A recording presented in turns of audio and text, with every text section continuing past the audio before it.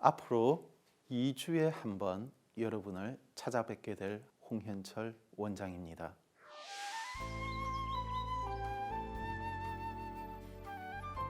데이터가 모여서 정보가 구축되고 정보가 체계화되면 지식이 된다고 합니다.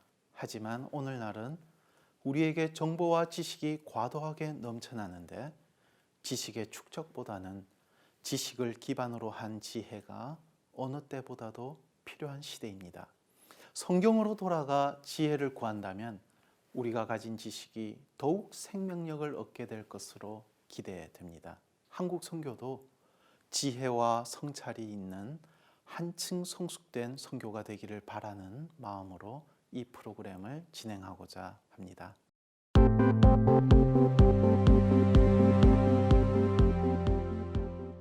한국 선교는 한때 선교사 파송 증가율이 연 50% 이상이나 되는 시기가 있었습니다. 그만큼 많은 사람들이 해외 선교에 관심을 가지고 헌신을 했습니다. 하지만 2010년대에 들어와서는 증가율이 2% 밑으로 떨어지기 시작하여 2017년 이후부터 지금까지는 1% 미만의 침체된 상태를 보이고 있습니다. 선교사의 입국을 제한하는 나라가 많아지고 선교지에 더 이상 머물 수 없어 비자발적으로 출국하는 선교사도 늘어나고 있습니다. 뿐만 아니라 은퇴를 거론해야 하는 선교사들도 점점 많아지고 있는 실정입니다.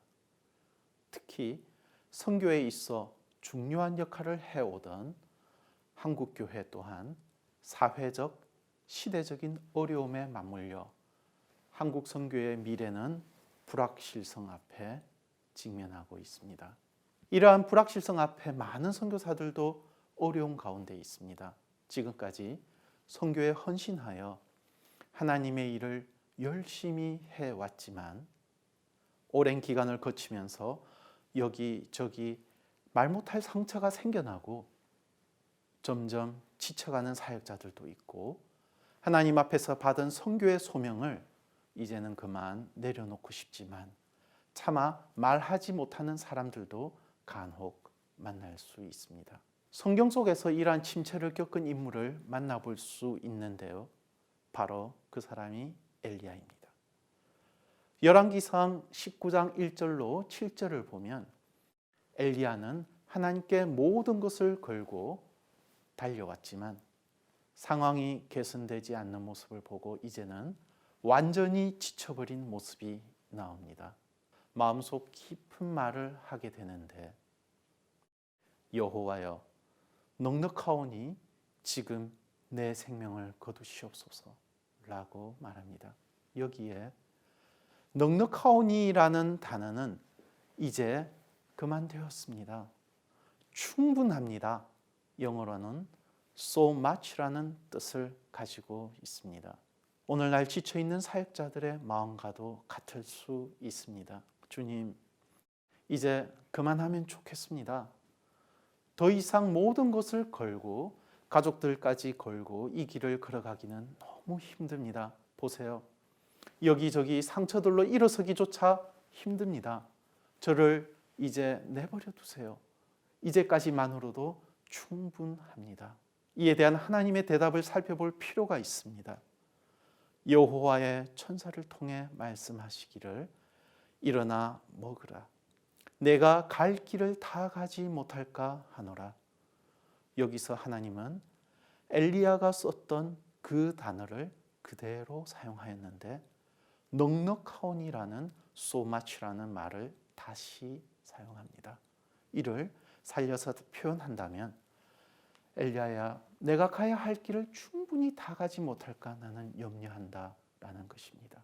엘리야는 승리를 경험했지만 좌절했고 이제는 벼랑 끝이라고 여겼습니다.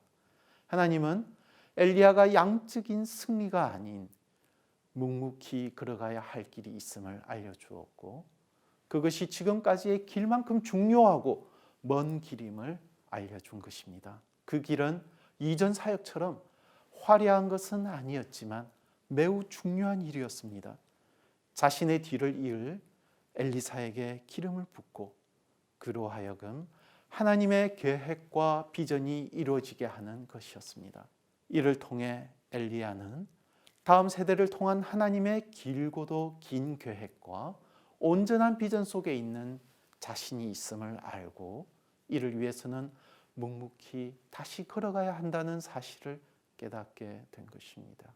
이와 마찬가지로 오늘 선교와 한국교회의 침체된 모습을 보고 지쳐버린 선교사들과 우리가 무엇을 할 수 있을까라는 의구심도 들 수 있지만 하나님이 우리와 다음 세대를 통하여 이루실 완전하고도 큰 일을 계획하고 이루어가시는 것을 바라보아야 할 것입니다.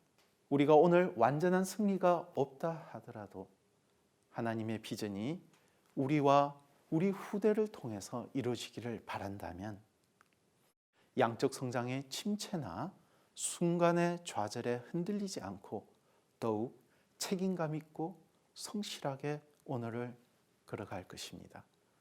우리가 걸어가야 할 길은 아직도 충분히 남아 있습니다.